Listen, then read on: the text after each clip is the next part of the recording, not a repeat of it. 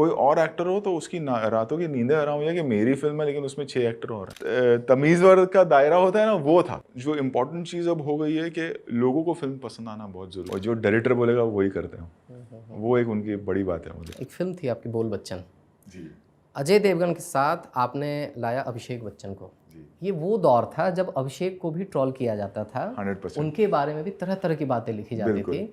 ये चीज़ बोल बच्चन में भी आपके दिमाग में चल रही थी, रिस्क वाली बात? नहीं, देखा जाए तो and credit goes to Ajay sir. Ajay sir producer भी थे फिल्म के, बोल बच्चन में, एंड मेन कैरेक्टर अभिषेक का है। कहानी उन्हीं की। और वो अजय सर का बड़प्पन है, वरना हम गोलमाल या बोल बच्चन जैसी फिल्में नहीं बना सकते। वो गोलमाल 3 ऑल्सो। गोलमाल 3 मतलब सारी गोलमाल सीरीज या सिंघम भी आप देख लें, अगर कोई और एक्टर हो तो उसकी रातों की नींदें हराम हो जाए कि मेरी फिल्म है लेकिन उसमें 6 एक्टर और हैं। बट अजय सर का हमेशा से यही रहा है कि वो फिल्म के साथ जाते हैं, वो अपने कैरेक्टर के हिसाब से, या मेरा क्या होगा, मैं कौन हूँ, मैं अजय देवगन हूँ, या मेरा मेरा रोल इतना बड़ा है छोटा, कभी नहीं। मतलब गोलमाल 3 में सीन्स के सीन्स ऐसे रहे हैं कि अरे ये मेरी जगह अगर कुणाल करेगा ना तो बेटर लगेगा। पूरा का पूरा सीन कुणाल को, पूरा का पूरा कैरेक्टराइजेशन के, ये अगर तुषार अगर हमारे साथ ऐसा करेगा ना तो वो बेटर लगेगा, तुषार मुझे गाली देगा ना तो बेटर लगेगा। तो बोल बच्चन भी जो है, अभिषेक भी he is like a family, और जो एक दौर से सब गुजरते हैं वो दौर से था गुजर रहा हो, और एक दूसरे को हम सब बहुत वक्त से जानते हैं। मतलब मैं फिल्मों में आने से पहले, अजय सर आने से पहले, अभिषेक आने से पहले, अभिषेक मैं जब असिस्टेंट भी था तो अभिषेक असिस्टेंट के काम करते थे मेजर साहब और इन सब फिल्मों में। अच्छा, ओके।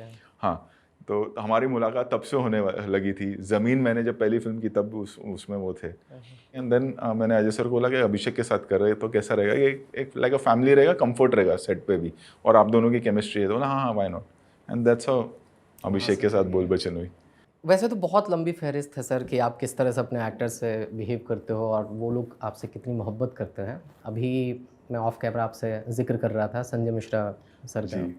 अभी हम लोगों ने उनके साथ पॉडकास्ट किया है और बहुत सारी बातचीत हुई।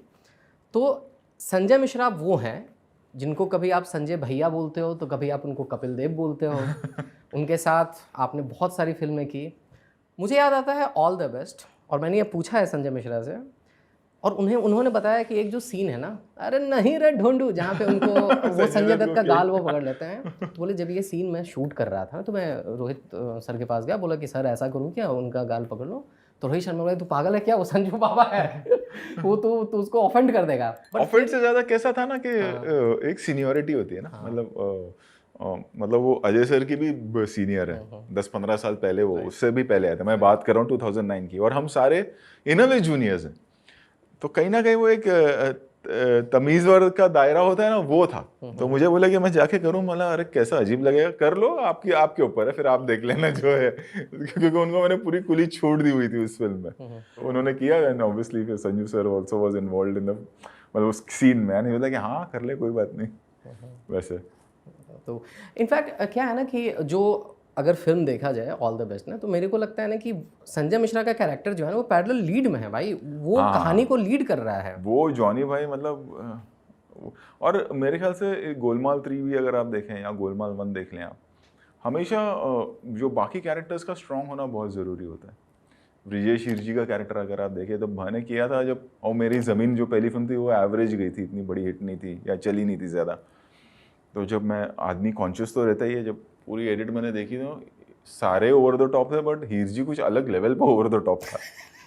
तो मैं बोला यार ये सांप वाप बन के आ रहा है, उड़ रहा है, मतलब अगर ये लोगों को गड़बड़ लगा ना तो मेरे को बहुत गालियां पड़ने वाली है, and I was prepared for that, and वो भी पसंद आ गया लोगों को, वो आज भी चल रहा है कैरेक्टर। बिल्कुल बिल्कुल चल रहा है। और मतलब अभी वैसा है ना कि गोलमाल अगर है और वो दिख जाते हैं तो हाँ भैया वो सीन कब आने सांप वाला आने है, वाला सांप वाला कब आने वाला है, राइट।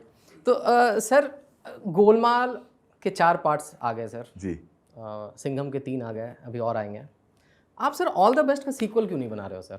मैं कसम से कहूँ, मैं मतलब मेरा कैसा रहता है, मैं ज़्यादा सीक्रेट रखता नहीं हूँ, क्योंकि मेरा ऐसा मानना है कि आप एक अपनी जो ऑडियंस है उनके साथ बहुत सालों से कनेक्टेड है, तो आप कुछ छुपाना या कुछ एक्ट करना का कोई फ़ायदा है नहीं। क्योंकि एक हाउस होल्ड ब्रांड हूँ, मुझे भी पता है, मैं टीवी करता हूँ, लोग इतना प्यार देते हैं। मैं बनाना चाह, मतलब अब ना पिछले 1-1.5 साल से मैंने अजय सर से भी, इवन अजय सर ने बोला कि तू वो क्यों नहीं करता है, कि वो अब करूँगा मैं। मतलब कब करूँगा ये नहीं पता है, बट वो एक दिमाग में चलना शुरू हो गया बिकॉज लोगों ने उसको एक कल्ट बनाना शुरू कर दिया है। और खाली यही है कि उसे सिंपल रखना बहुत ज़रूरी है। उसकी ना सिंप्लिसिटी बहुत ये थी। राइट। अगर आप फिल्म देखें तो एक घर में है, बाहर एक टेम्पो खड़ी हुई है, सिंपल कैरेक्टर्स हैं, डरे हुए हैं संजय दत्त सर से। 2 दिन की कहानी थी वो। तो प्ले था एक्चुअली वो। जो ओरिजिनल प्ले था that was whose wife it is anyways, कि वो बीवियाँ एक्सचेंज कर, मतलब नाम चेंज हो जाता है, ये वो फलाना जो भी है।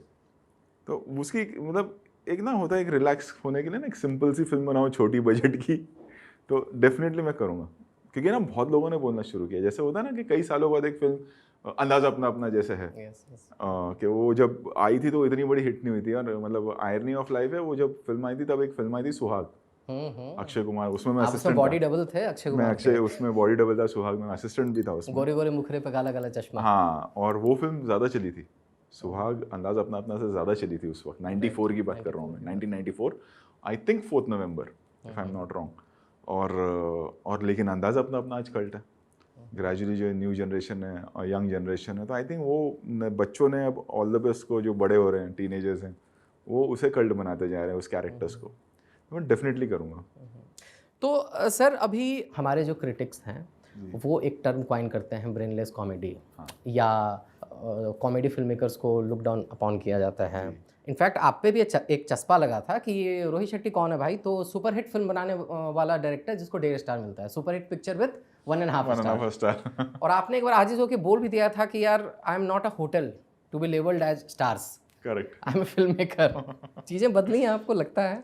बहुत बदली है। देखिए अभी क्या हो गया है ना, अभी वो जो क्रिटिक्स की, अगर मैंने अभी पहले भी एक इंटरव्यू में यही बोला कि क्रिटिक्स का बेचारों का एक, जब हमारा ज़माना था, जब हमने शुरू की थी गोलमाल 3, ऑल द बेस्ट, या फॉर दैट मैटर सिंघम तक, एक पेपर आते थे, उसमें एक 10 या 8 गिने चुने क्रिटिक्स होते थे। अब क्रिटिक्स का खुद का अपना एक कंपटीशन हो गया, क्योंकि हर आदमी क्रिटिक है। एट द सेम टाइम जो इम्पोर्टेंट चीज़ अब हो गई है कि लोगों को फिल्म पसंद आना बहुत ज़रूरी है, और जो वो पसंद आती है तो फिर कोई चीज़ और मायने नहीं रखती। अगर उन्होंने अपना मन बना लिया कि मुझे ये देखना है, फिर उसके बाद देखने के बाद उन्हें सही लगे तो वो भी सही है, नहीं अच्छी लगे तो भी सही है, वो गलत नहीं है। ऑडियंस कभी रॉन्ग नहीं होती, कि आप ऑडियंस को ये डिफेंड नहीं कर सकते कि नहीं आपको ऐसा क्यों लग रहा है। उनको नहीं अच्छी लगी तो करेक्ट है, वो अपनी जगह बिल्कुल सही है। और पता है सर, हम लोग जैसे आम दर्शकों के लिए ना ये बहुत अजीब वक्त है सर। ये वक्त इसीलिए अजीब है ना क्योंकि जैसे जब मैं आपकी कोई फिल्म देखता हूँ, जैसे मैंने आपकी चेन्नई एक्सप्रेस देखी मान ली, जी। और मुझे बहुत अच्छी लगी, हाँ। लेकिन मैं जब क्रिटिक्स को देख रहा हूँ तो वो तो कुछ और बोल रहे हैं या पेपर में कुछ और लिखा रहा है, तो मेरे जैसा दर्शक डर जाता है कि एडमिट करूं ना करूं, सोशल मीडिया पे डालूं कि मुझे अच्छा लगा या ये बहुत होता है, ये ज़माने से होते आ रहे हैं। कई बार क्रिटिक्स के साथ भी होता था। अच्छा। कि जो इंटरव्यू लेने आए रिलीज़ के बाद, अरे मेरी मम्मी को बहुत पसंद है, मतलब तूने तो मुझे 2 स्टार दिए, ये कमर्शियल फिल्म है। तो वो अपनी वैलिडेशन के लिए भी करते हैं। लेकिन मैं बताता हूँ सर मुझे क्या लगता है आप मेरे को करेक्ट करना सर जी। कि आपकी सफलता से खुश होने वाले लोग जितने हैं, आपकी गिरावट पे हंसने वाले उससे ज़्यादा हैं। वो जैसे कि मैं, सॉरी सर मैं आपको कट कर रहा हूँ, मैं एक बुक पढ़ रहा था, राज कपूर साहब की जीवनी थी, राहुल रवेल साहब ने लिखा है। हाँ। तो उन्होंने बोला कि जब मेरा नाम जोकर फ्लॉप हुई थी ना, जी। तो इंडस्ट्री में ना पार्टी दी गई थी कि ओ भाई राज कपूर की फिल्म फ्लॉप हो गई है, उसके लिए पार्टी दी गई थी। मेरे को लगता है कि एक वर्ग ऐसा भी है कि अरे रोहित शेट्टी की फिल्म फ्लॉप हो गई यार, अरे रोहित शेट्टी की फिल्म नहीं चली यार, वो उसकी खुशी मनाते हैं। वो एक्चुअली होता है, मैं इसको डिनाई नहीं करूँगा। और मैं सिर्फ फिल्म इंडस्ट्री के कुछ चंद लोगों के बारे में बात नहीं करूँगा। मेरे ख्याल से ना वो एक तबके के लोग सोसाइटी में होते हैं, हर किसी के लिए। मतलब वो आपके साथ भी हो सकता है, कोई कोई होटेलियर है जो तरक्की कर रहा है, कोई बिजनेस में अगर तरक्की कर रहा है। मैं सिर्फ फिल्म इंडस्ट्री की एक इसको वो नहीं करूँगा, कैटेगराइज नहीं करूँगा, वो सोसाइटी है वैसी। और आज से नहीं ये चलन, अभी जैसे आपने राज कपूर साहब की बात की, तो हम बात कर रहे हैं 60s, लेट 60s की बात कर रहे हैं, तो ये होता है। और अब इतना क्लीन हो गया हमारे लिए ना, इतना काम कर चुके, हम बोलते नहीं बट हमको पता है अच्छा ये तो पेड़ है, तो पता चल जाता है। हाँ। तो सर आपकी फिल्मों का जिक्र हो ही रहा है, एक फिल्म का जिक्र मैं अभी और करूँगा। जी। तो सर मैं एक इंजीनियर हूँ, मैं इस फील्ड में आने से पहले जॉब किया करता था, चेन्नई में मैं जॉब करता था। हाँ। और वहाँ के लोग ना सिनेमा को लेके बहुत पैशनेट होते हैं। उसी में एक फिल्म का जिक्र होता था, चेन्नई एक्सप्रेस उसका नाम है, जी। ठीक है। तो मेरे कलीग बोलते थे कि अरे यार this is not a Hindi film, this is a Tamil film man. बोलते क्या बात कर रहे हो, तमिल फिल्म कहाँ से गए हैं? फिर जब मैंने उसको उस लेंस से देखा तो देखा यार बात तो सही है यार, 30% 40% बातें तो कहीं ना कहीं तमिल में हो रही है।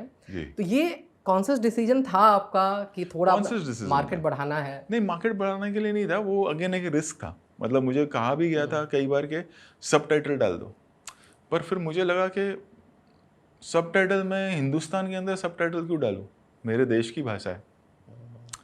और उस वक्त अगर आप देखें तो चेन्नई एक्सप्रेस ने जो बिजनेस किया था, मतलब वो रिकॉर्ड्स तो अभी मतलब होंगे ऑब्वियसली, वो किसी भी हिंदी फिल्म के लिए बहुत बड़ी बात थी कि तमिल में इतना बिजनेस करना। और वो शायद कॉन्शियसली इसीलिए भी हुआ था क्योंकि वो ऐसा था कि वो एक सबकी फिल्म है, वो सिर्फ हिंदी या नॉर्थ की फिल्म नहीं है, वो सबकी फिल्म है। ओके। शाहरुख खान साहब ने कुछ बोला था, उस पर सजेशन दिया था? नहीं नहीं नहीं, उनका वो डायरेक्टर के कन्विक्शन के साथ जाते हैं, वो कभी नहीं बोलते, और जो डायरेक्टर बोलेगा वही करते हैं। वो एक उनकी बड़ी बात है, मतलब मानना पड़ेगा। मुझे लगता है शाहरुख खान से भी आपने बहुत ही कूल एक्शंस करवा दिए उसमें। वो ट्रेलर में मेरे को याद है कि वो आ रहे होते हैं, उसको क्या बोला जाता है हम लोग की तरफ? कोयता जो होता है, कोयता मारता है, टायर वो में पूरा मारने गाड़ी होता उड़ती है, है। वहीं पे लिखा गया था चेन्नई एक्सप्रेस रिलीजिंग। हाँ। तो सर ये आपकी फिल्मों का जिक्र हो गया, ठीक है। तो सर मैं उस जनरेशन से आता हूँ जो रोहित शेट्टी की फिल्में देखते हुए बड़ा हुआ है जी। उसने कभी पटना में ऑल द बेस्ट देखा, तो कोलकाता में गोलमाल 3 देखा, उसने कभी भुवनेश्वर में सिंघम देखा, तो इंदौर में बैठ के वो सिम्बा देखा। तो उस दर्शक होने के नाते मैं पूरे हक के साथ अपने पसंदीदा डायरेक्टर से ईमानदारी से उन फिल्मों का भी जिक्र करना चाहता हूँ जो आपके उस दर्शक को उतनी पसंद नहीं है। 100% आपका हक बनता है। मेरा हक है सर वो। जी बिल्कुल, ठीक है। बिल्कुल। शुरुआत करेंगे सर गोलमाल रिटर्न से सर। वो अगर आप मुझे पूछें हाँ। तो वो मेरी one of the weak films है। ओके। एज अ डायरेक्टर मैं आपसे खुद कहूँगा। स्क्रिप्ट वाइज हुआ ये था कि जब वो आई गोलमाल 1 के हम हाई में थे, और उस वक्त मैं काम जैसे कहा आपने कहा, मैं वो एक फिल्म है जो मैंने 2 फिल्में साथ में शूट की थी, संडे और गोलमाल रिटर्न्स एक साथ शूट की थी। एंड वो मैं भी मानता हूँ एज अ स्क्रिप्ट वाइज कि वो मेरी वीक फिल्म थी, और वो हिट हो गई थी, बहुत बड़ी हिट है। तो मैं आज उसको डिफेंड कर सकता हूँ।